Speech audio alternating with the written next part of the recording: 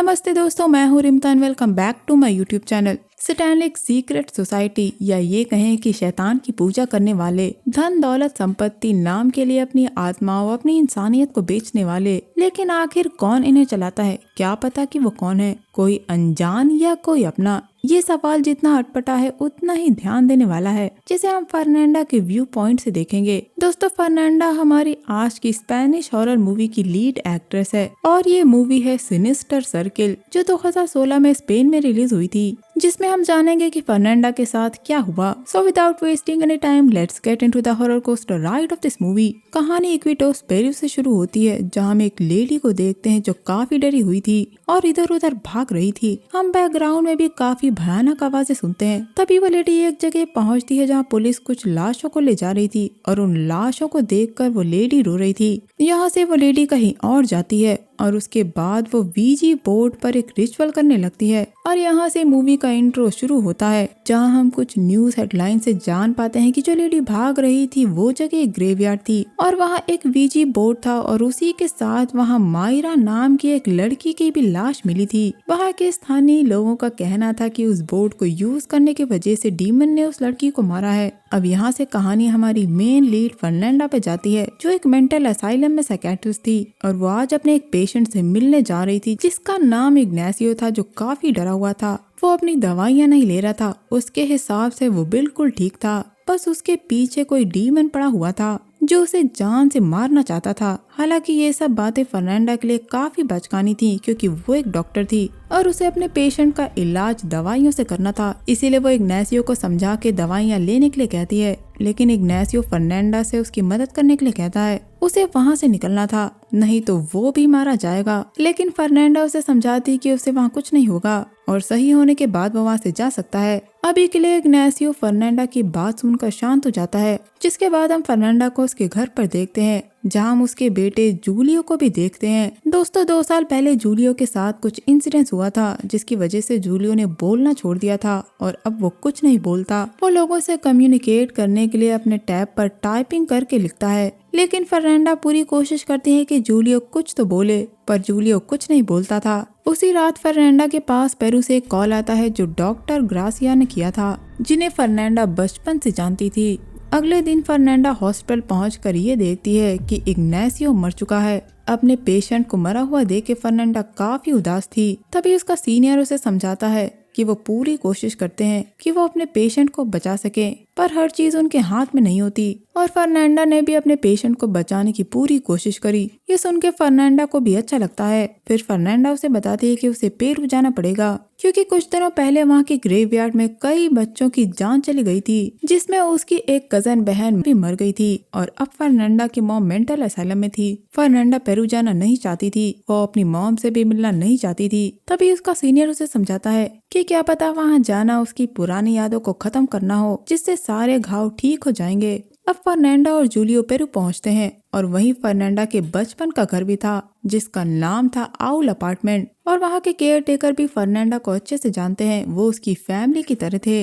वहाँ पहुँच के फर्नांडा डॉक्टर ग्रासिया से मिलती है, वही डॉक्टर जिसने फर्नांडा को कॉल कर सब कुछ बताया था। डॉक्टर ग्रासिया बताता है कि उसकी माँ इक्विटोस में थी जब उसकी कजन बहन मायरा की डेथ हुई थी, पर वहाँ से वापस आने पर वो काफी बदली लग रही थी। वहाँ आते ही सबसे पहले उन्होंने उस अपार्टमेंट को जलाने की कोशिश की, जिस वजह से उन्हें मेंटल असाइलम में एडमिट करना पड़ा और अब डॉक्टर ग्रासिया उसकी माँ के हेड डॉक्टर हैं। तभी वहाँ बिल्डिंग के केयर टेकर आते हैं, जिनका नाम है रोसा और किरोगा, और रोसा का एक हाथ जला हुआ था। फर्नांडा उस जली हुई बिल्डिंग को देखकर उदास थी कि उसकी मॉम ने वो बिल्डिंग जलाने की कोशिश करी थी और उसे अभी तक ये भी नहीं पता था कि बचपन में वो काफी खुश रहते थे, लेकिन एक दिन उसकी माँ वहाँ से हमेशा के लिए चली गई थी। और ये ध्यान देने वाली बात है दोस्तों, आप इन छोटी छोटी बातों पर ध्यान रखिएगा, क्योंकि एंड में सब कुछ समझ आ जाएगा। अब फर्नांडा उसी फ्लैट में आती है जहाँ वो रहा करती थी, जो अभी भी बिल्कुल वैसा था। उस फ्लैट में पहले एक फैमिली रहा करती थी, जिनकी एक छोटी बेटी थी,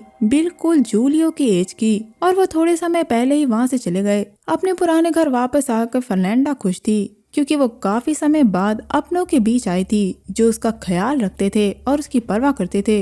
यही नहीं, वो जूलियो की बर्थडे पार्टी भी ऑर्गेनाइज करने वाले थे जो अगले सैटरडे को थी।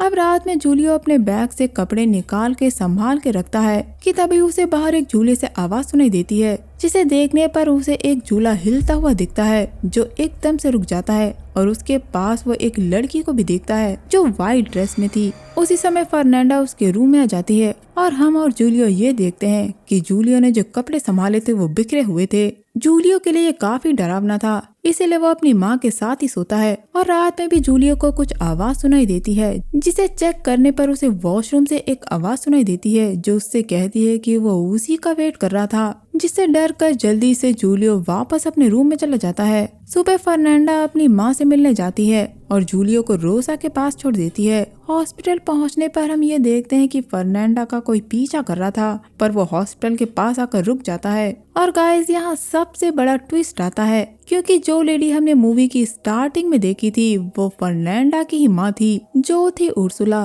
और अभी वो बिल्कुल शांत थी और किसी से कुछ नहीं बोल रही थी। वो फर्नांडा को भी नहीं पहचान पाती, बस वो यही कहती है कि उसने मायरा को फ्री कर दिया। और इसके बाद वो मोलॉक मोलॉक कहकर फर्नांडा पे एकदम से अटैक कर देती है, जिससे फर्नांडा काफी डर जाती है। तभी फर्नांडा को अपनी माँ की जगह पल भर के लिए इग्नासियो दिखता है, जिससे फर्नांडा और भी ज्यादा डर जाती है और बाहर चली जाती है। उसके मन में बार बार उसकी माँ की बातें कि उसने मायरा को फ्री कर दिया और उसी के साथ साथ इग्नासियो की भी बातें जो उससे मदद मांग रहा था, ये सब उसके दिमाग में चल रही होती हैं। और तब डॉक्टर ग्रासिया आके उसे संभालता है और कहती है कि उसकी मॉम जल्दी ठीक हो जाएंगी। जिसके बाद हम देखते हैं कि जूलियो को अपने घर के एक कोने से मोलॉक वर्ड सुनाई देता है और जूलियो जब अपनी टॉय कार उस तरफ भेजता है तो वो टॉय कार भी वापस आ जाती है। अब जूलियो इन एक्टिविटीज से काफी डरा हुआ था, पर कुछ ना बोल पाने की वजह से वो किसी को कुछ समझा नहीं पा रहा था। अब रात में फर्नांडा जूलियो को सुलाने के बाद उर्सुला की रिपोर्ट चेक करने लगती है, जब टीवी पर हम एक इंटरव्यू में ये देखते हैं कि उन टीनेजर्स में से एक बच्ची अपने मरे हुए पिता की स्पिरिट से कांटेक्ट करने की कोशिश कर रही थी और उसके हिसाब से मरने वाला उनकी दुनिया से बिलोंग नहीं करता।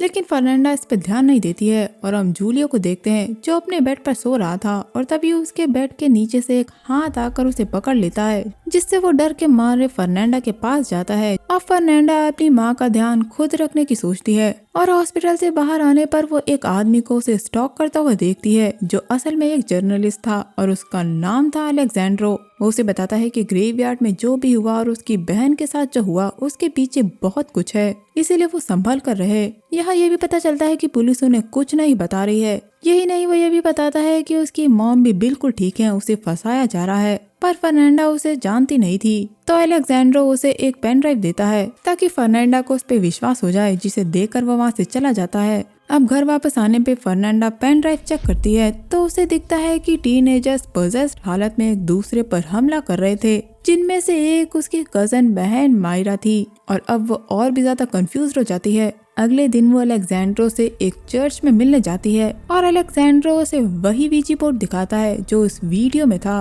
और वो बोर्ड उसे उर्सुला ने दिया था। जी हाँ गाइस, फर्नांडा की माँ ने। और ये काफी सरप्राइजिंग था, लेकिन इससे ज्यादा सरप्राइजेस मूवी में और भी हैं। अब अलेक्जेंड्रो फर्नांडा को एक बुक दिखाता है जिसमें मोलक डीमन के बारे में लिखा था और वो बोर्ड उस डीमन को समन करने के लिए यूज किया जाता था और जो भी उस बोर्ड को टच करता था उसका हाथ जल जाया करता था और अलेक्जेंड्रो का हाथ भी जला हुआ था और अगर आपकी याददाश्त अच्छी है तो किसी और का भी। अब अलेक्जेंड्रो उसे बताता है कि उर्सुला ने कहा था कि वो उस बोर्ड को किसी को न दे और उसे अलेक्जेंड्रा को बहुत कुछ बताना था, पर वो कुछ बता पाती उससे पहले ही वहाँ कुछ लोग आ गए थे, जिस वजह से उर्सुला को वहाँ से भागना पड़ा था। जिसके बाद वो उर्सुला से कांटेक्ट नहीं कर पाया और अब उसका उर्सुला से मिलना काफी जरूरी है। पर फर्नांडा अभी भी यकीन नहीं कर पा रही थी और वो अपनी माँ से मिलने के लिए मना करती है। असल में अभी वो खुद भी कंफ्यूज थी कि आखिर हो क्या रहा था। घर पर हम जूलियो को देखते हैं जिसे एक घोस्ट हॉन्ट करता है और उसे उसकी माँ की पुरानी एल्बम से एक बच्ची की फोटो भी मिलती है जिसका नाम सोफिया था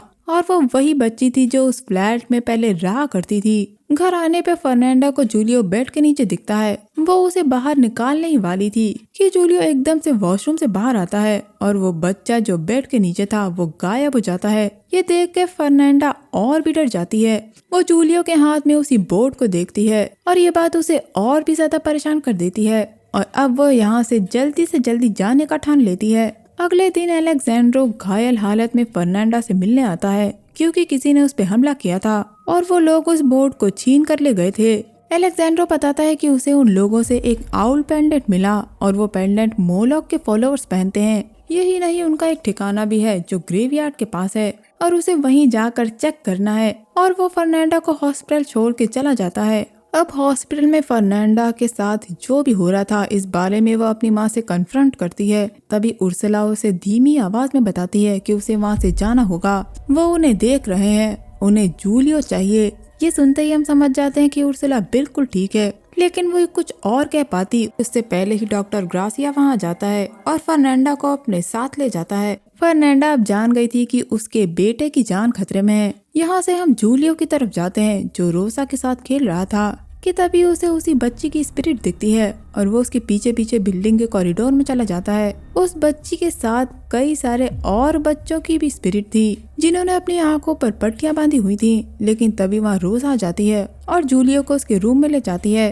अब फर्नांडा के घर आने पे जूलियो के कपड़े में उसे सोफिया की तस्वीर मिलती है जिसके बारे में फर्नांडा ऑनलाइन चेक करती है तो उसे पता चलता है कि कुछ समय पहले सोफिया उस बिल्डिंग से किडनैप हो गई थी, जिसके बाद उसके बारे में कभी किसी को पता नहीं चला। इसी के साथ ये भी खबर थी कि कुछ रोब पहने लोगों ने उसे किडनैप किया था। फर्नांडा जब सोफिया के बारे में नेट पे सर्च कर रही थी तभी उसे सोफिया की स्पिरिट हॉन्ट करती है जिससे फर्नांडा काफी डर जाती है। फर्नांडा समझ गई थी कि जूलियो खतरे में है, लेकिन किससे खतरा है उसे अभी ये नहीं पता था।